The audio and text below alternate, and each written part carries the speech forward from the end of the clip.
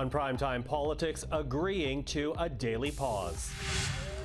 As Israeli ground forces go deeper into Gaza, the Netanyahu government formalizes a 4-hour stop to the fighting meant to be daily. This to allow civilians to get out of harm's way and to get humanitarian aid in. Canada's Foreign Affairs Minister, in the meantime, goes further than any other person in her government in acknowledging the need to discuss a ceasefire. Coming up, we'll get reaction from the chief representative for the Palestinian Delegation to Canada. And is the Prime Minister running out of winning policies to turn his sagging numbers around? We'll convene our weekly journalist panel. This is Primetime Politics. Hello everyone, I'm Michael Serapio. As Israeli forces continue their ground offensive into Gaza, the government of Benjamin Netanyahu did announce a pause this week. It's not the ceasefire that some have called for, but it is a 4-hour daily stop in the Israeli campaign to allow for humanitarian aid to get in and civilians the chance to get away from the fighting. And also, on the same day this week, the Foreign Affairs Minister Melanie Joly said there is a need to work for a ceasefire. The first time any Canadian official has embraced that idea rather than just a humanitarian pause. Well, joining us now is Mona Abuamara, the Chief Representative of the Palestinian General Delegation to Canada. Madam Abuamara, thank you for joining us again. Thank you. So I want to begin with your reaction to what we heard from Melanie Joly this week, this idea, this acknowledgement that there needs to be work towards a ceasefire. What do you say to that? It's a great message, and for us we feel it's long overdue because we have been facing with the war machine of Israel when a green light is given by the free world, by countries like the US, Canada and Europe. So just starting to hear those voices support such an action to stop the bloodshed and the genocide of the Palestinian people is something we really appreciate.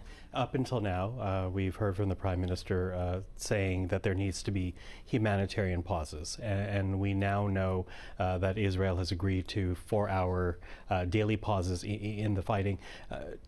I want to begin with this idea of a humanitarian pause. Why is that so different for you than an idea of a ceasefire?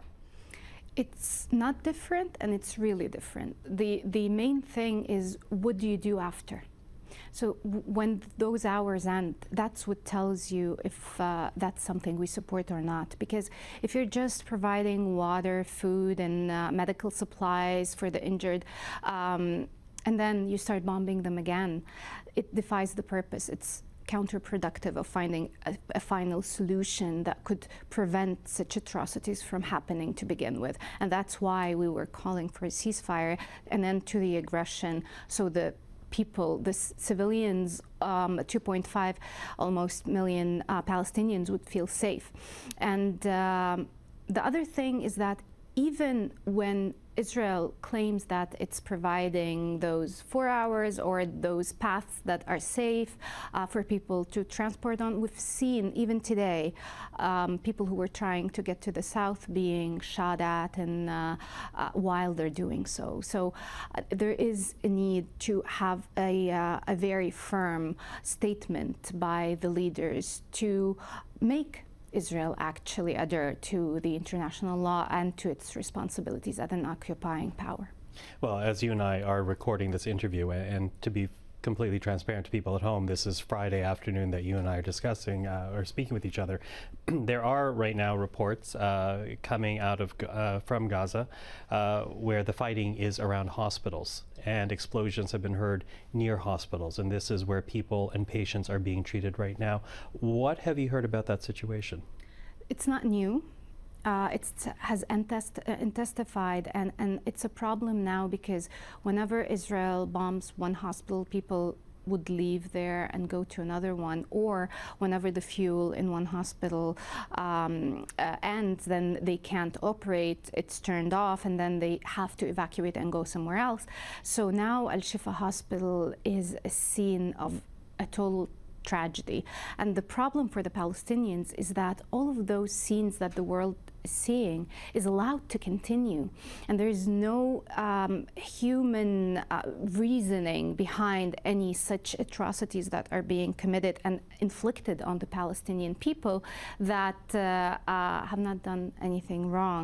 And just excusing that as a goal of Israel to attack Hamas, which it's not doing, it's attacking the whole of the Palestinian population, and it's most vulnerable because half of that population are kids. Mm-hmm. It echoes in many ways what you're saying to us right now, what we've heard from UN officials, that right now there is no safe place to go in Gaza. Can you talk to us about what you're hearing about the lack of safety and where people are meant to go? I can tell you from a personal experience, I have family in Gaza, and the other day we heard of their building where 3 sons live with their wives and kids there, so 10 children. They convinced their parents to come and stay with them in the house because they live right next to Al-Shifa hospital. The boys, the 3 men, have a restaurant that they build their apartments on top of. So the whole building went down. Their parents were with them.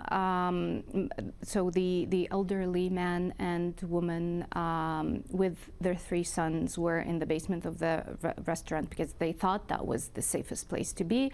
The sons' wives with the 10 kids were on the upper floor in a room. The whole 4-story building was shattered to pieces. They managed, thankfully, to get the 3 women and their children. They were injuries. 2 of them, of the women, serious. One was 9 months pregnant. She is still pregnant. She didn't give birth, and she broke her leg and now in Al-Shifa hospital. And the other one had a head injury. The kids had injuries. They managed to pull them out, but the 5 were now are martyrs, and they couldn't pull them out till the next 2 of them till the next day, and 3 stayed for 2 more days until they were able to pull them out. So it's and I only have few in Gaza.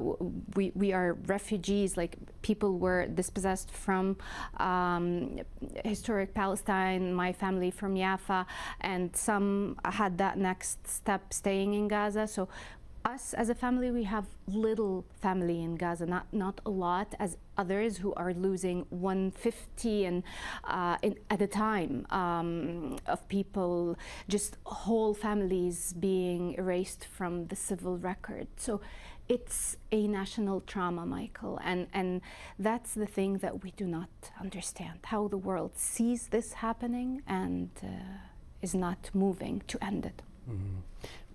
If I may, and I don't want to be insensitive here to what you just shared with us, but when the issue is raised about the civilian casualties in Gaza, we hear it often from current American officials, past American officials, who lay the blame on Hamas because they say that Hamas has spent the time to build hundreds of kilometers worth of tunnels purposely beneath civilian enclaves, beneath hospitals, schools, places where normally war would try to stay away from, but Hamas is the one that has endangered the Palestinian people. What do you say to that rationale? Of course they say that, but as usual, no proof has been provided. And every time the US or Israel comes out with recordings or videotapes, and they wouldn't be accepted in family court if anyone would want to have proof or evidence of anything. You wouldn't take it in family court, not to mention to excuse a genocide. We don't understand why they wouldn't open Gaza to the international organs and prove that this is what's happening. It's easy. If you know it, you can show it. And show us how many of those tunnels you found, how many of those Hamas militants that are in those hospitals, schools, and bakeries and homes were bombed. My family, the building that my family was in, is a building where only those members are in. So what is the excuse for that? And do they deserve justice or not? So those are the questions that are asked to not just the Israeli government, it's to all those governments who take whatever Israel is saying for granted. But then when those evidence are proved to be bogus, no one's talking about it. The Israeli Prime Minister says that there will be no talk of any ceasefire whatsoever until the hostages are held, and he is calling for their release. Where do things stand there now? Do you think that their release might be possible to bring about a ceasefire? So I can't speak for Hamas or know what their rationale on this is, but what we hear from our Arab counterparts, on TV, and we've heard that there were a lot of instances where there could be a swap, but then that Israel did not want to go through with it. I believe that the reason behind this is that Netanyahu wants to save himself on one side by creating this whole dilemma and creating this monster that he's fighting, so nobody would actually look at what he has done during all those decades, not to mention now how this whole situation came to be and the injustice is built. On the other hand, the outlook on not providing justice for the Palestinians need an excuse, and that is being used so much by the Western world that we have been, even before this aggression happened, we have been calling for the implementation of international law. We have been calling for the implementation of the two-state solution, but our land kept getting smaller and our people kept being butchered. So on that level, all of these aggressions that are happening right now are part of a bigger plan that Israel has, and it's to create this deal of the century type of situation forcibly on the ground, even if we do not accept it. Quickly running out of time, but what is your message to the Canadian government at this point? I think that Canada needs to step up as the defender and promoter of human rights and the rules-based international order with action. The history will remember the actions that are happening right now, and going forward, I hope that Canada would not keep Palestine as an exception to that protection, and the need for self-determination and justice to be served, because without justice there can be no peace. Madam Abuamara, thank you for this. Appreciate the time. Thank you so much. Well, Parliament will not be sitting next week, giving MPs a chance to spend more time at home and in their individual ridings. But when they return, it will be busy. There are just 4 sitting weeks left in 2023. A fall economic statement has already been announced for the 21st of this month, not to mention pharmacare, emissions caps, and most challenging for the governing Liberals, polling numbers that seem to get worse with each passing week. So much to talk about as we are joined by our weekly journalist panel. Robert Fife is the Ottawa Bureau Chief for the Globe and Mail, Tonda MacCharles, the Ottawa Bureau Chief for the Toronto Star, and Joanna Smith, the Ottawa Bureau Chief for the Canadian Press. Hello to the 3 of you from the only one who's not a Bureau Chief. So listen, obviously a lot to talk about, as I say, especially when we get past next week. But I want to begin by going backwards a little bit and talk about the environment, because this week did begin with that vote from the Conservatives, supported by the NDP, trying to expand a pause of the carbon tax on home heating. It failed. And then we hear from the Environment Commissioner, who says if Canada wants to get on track with its international targets, it needs to, among other things, lean heavily on its carbon regime. So is the environment still a winning issue for the Liberals?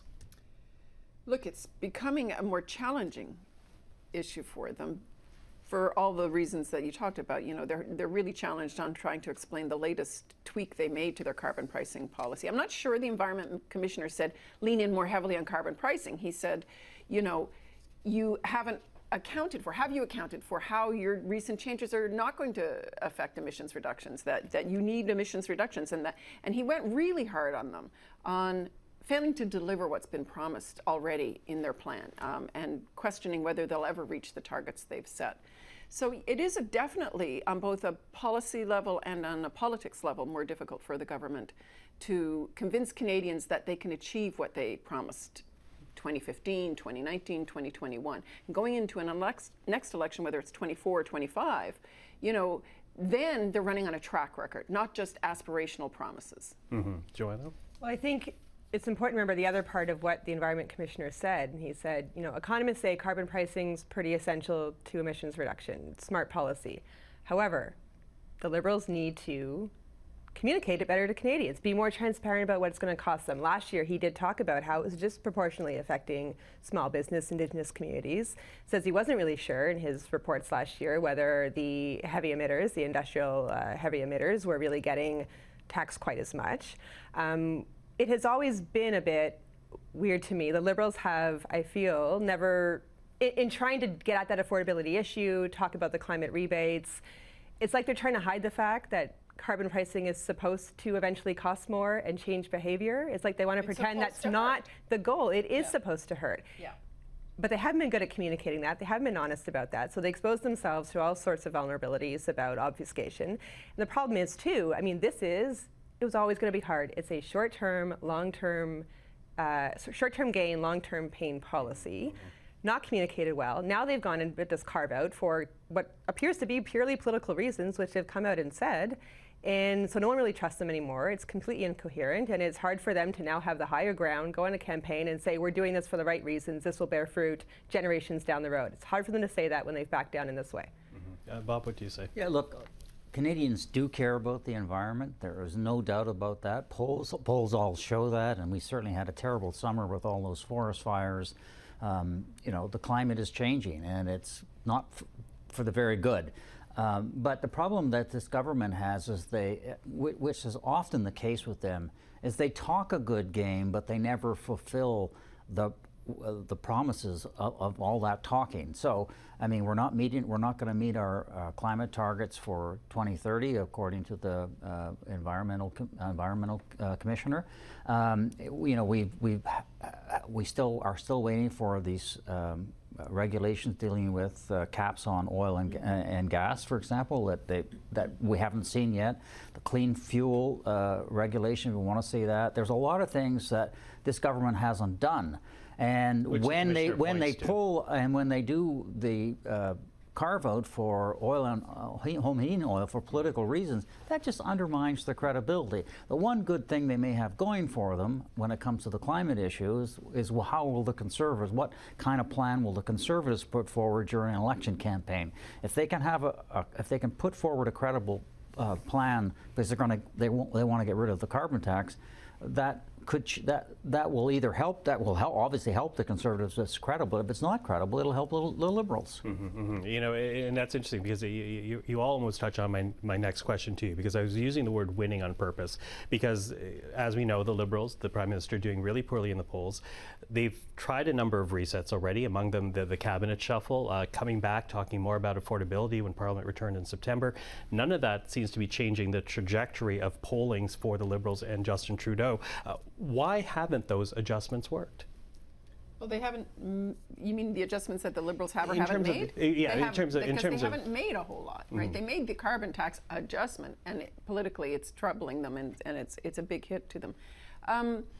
Look, I think that. But they have reshuffled a team. They have done a bunch of adjustments. Yes. But I think most people have perceived them, and probably rightly so, as either cosmetic or for electoral purposes, and trying to bolster their chances in certain ridings where the new ministers that have come in are really, they need help. They need to show profile and that the government's working for them there, and they're desperate to keep those ridings. So have there been big adjustments, though? Like, I would argue that they haven't done a reset of their agenda in a couple of years since the 21 election. I guess there's mandate letters out, a couple of mandate letters out, but they haven't made a major reset in where they're going. I mean, for months a lot of us have been wondering, like, where's their next big idea that's going to carry them forward, get the population excited, get people excited. But fundamentally, they have major foreign issues, inflation, interest rates, everything on both a domestic and a foreign front is massively a crisis for them right now. So what's the reset? I don't think there has been a reset. They're trying to channel their energies along a plan they think is working, but politically, it's not working for them. Joanna?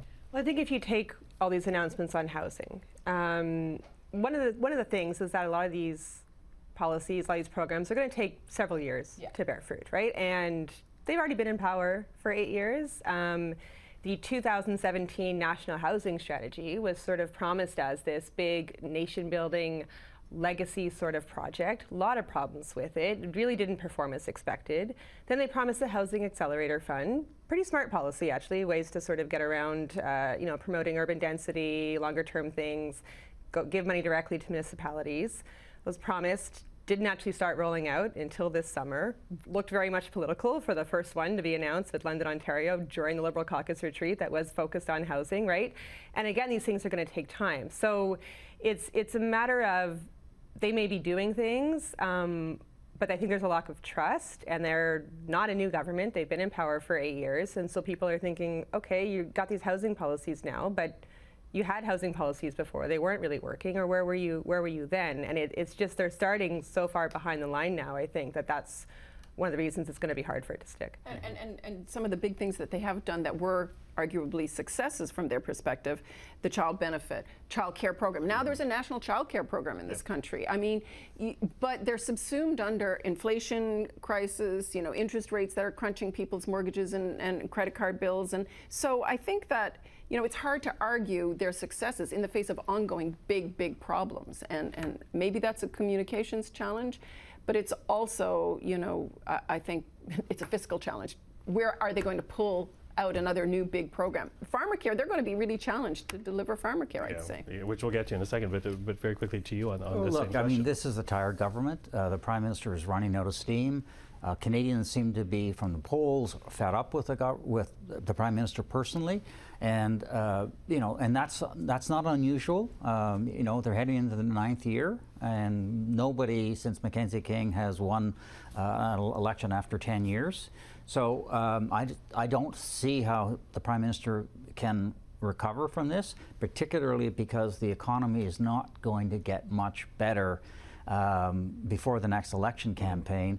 And you'll have, the Conservatives will be out there promising a better world, a better future if you elect us, and which is what all opposition parties do after the 10-year period, and they usually win. Yeah. Okay. Well, bearing all of that in mind, then again, the Parliament not sitting next week. They come back just a few weeks left in this parliamentary sitting before the end of the year. We talked about pharmacare. We talked about emissions caps. What are you keeping an eye on here, both the politics and the policy for this government and for this Parliament?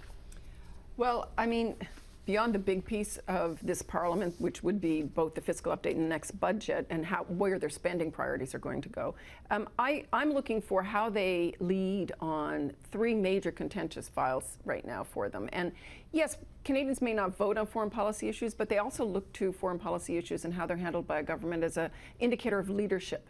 And so, with the Israel-Hamas war showing no end in sight, with India, the Canada-India dispute looming large and having an economic impact potentially on trade. And, there's still a major war going on in Europe, in Ukraine. And that's affecting commodity prices, energy prices, food prices, supply chain issues. So these are huge challenges. And those are ones I continue to watch. Joanna? Pharmacare. It's something the NDP really wants. It's in the confidence and supply agreement. It's supposed to be passed before the end of this year, based on that agreement. So it's a bill, right? That's the thing, right? So the agreement is a bill by the end of the year. What goes into that bill? Huge matter of debate still. I think they're very far apart of what they want to do. So we saw, NDP MP Don Davies told our reporter Laura Osman, we didn't like the first draft, sent it back. Discussions, minister says, extremely fluid still. I think the Liberals are thinking, we promised a bill, which could mean anything. And the NDP's like, no, actually, we want a universal pharmacare program. And that was clear in their convention. That was clear in their convention, and that was not a resolution that just, came from the grassroots, some fringe wing or whatever. National Director Anne McGrath, who knows her way around politics and election campaigns, came right out and said, we want to see teeth in this pharmacare bill. We want to see a pharmacare program. So whether each side will give them some wiggle room? What will be considered enough teeth? What will be considered? It all remains to be seen. It's unclear where the NDP is with the agreement right now. You know, my earlier thinking was they don't want an election. They don't want Poilievre to be Prime Minister. But when they're starting to feel heat, Northern Ontario ridings where their battle's not necessarily with the Liberals or other places out west, their battle's with the Conservatives, at some point they're going to need to be thinking about saving their own furniture too. So still a ways away there, but that's a battle line I'm looking forward to seeing. Okay, final word to you, Bob. For me, all eyes on Trudeau. Is he going to stay or not go? I mean, he keeps saying he intends to stay, but the polls are really bad for him. And that's going to make Liberals MPs very nervous. And, you know, people are already talking quietly about this. Nobody has come out, aside from a former Chief of Staff to Jean Chrétien, to say he should step down. But Liberal MPs are talking about it. And eventually this is going to hit a crescendo, and it's going to cause a lot more problems for the Prime Minister if he doesn't go. And so I think that, to me, is a really fascinating political story to be watching. Okay. Well, I know we're still all working, but enjoy the week off as much as possible. We'll reconvene when Parliament gets back, but for now, thank you to the three of you. Thanks, Michael. Thank you. Well, let's take a look now at some of the stories that dominated the headlines this past week. Je déclare la motion rejetée. It started with a vote on a Conservative motion to extend the carbon tax break to all home heating. The Tories got some unexpected support from the NDP, but the motion was defeated as the Greens sided with the Liberals, as did the Bloc Québécois. Given that the NDP was forced to flip-flop on Trudeau's plan to quadruple the tax, he had to find a new partner to keep him in power and avoid this non-confidence vote from passing. And who was there to save him? The Separatists. Well, he's now signed on with the Separatists to divide Canadians into two separate classes. Those who will have to pay carbon tax on their home heat, and a small minority who will get a pause from the pain. I declare the motion defeated. And there was another motion, this time from the NDP, calling for the removal of the GST from all home heating sources. That was put to a vote this past week, but the motion failed, with Liberals, Conservatives, and the Bloc voting against it, and the NDP, along with the Greens, supporting it. The final vote, 30 votes for, 292 against. Climate delay Liberals and climate deny Conservatives will back the profits of big oil again. So how can the Prime Minister and the leader of the Conservative Party justify voting against this? The Liberal government made good on its promise to ban temporary workers during labor disputes like lockouts or strikes. Dubbed anti-scab legislation, it was tabled Thursday and will apply to federally regulated industries like aviation, banking, and telecoms. By tabling the bill, the Liberals are also following through on a key demand of the NDP, as written in the Supply and Confidence Agreement between the two parties. Take a listen to Labour Minister Seamus O'Regan. The use of replacement workers can poison the relationship between an employer and workers for years. We listened. The Prime Minister spoke strongly against anti-Semitism and Islamophobia this week, disheartened by hateful comments and actions that have emerged in this country since the start of the Israel-Hamas conflict 1 month ago. This needs to stop. This is not who we are as Canadians. This is something that is not acceptable in Canada, period. And finally, Ottawa has set a date for its fall economic update. The Finance Minister, Chrystia Freeland, will deliver the statement to the House on November the 21st. In its spring budget, the federal government projected a $40.1 billion deficit for the 2023-24 fiscal year. Well, that is our program for now. I'm Michael Serapio. For everyone here at CPAC, thank you for watching. We have next week off, but Primetime Politics will be back when Parliament returns. Until then, take care.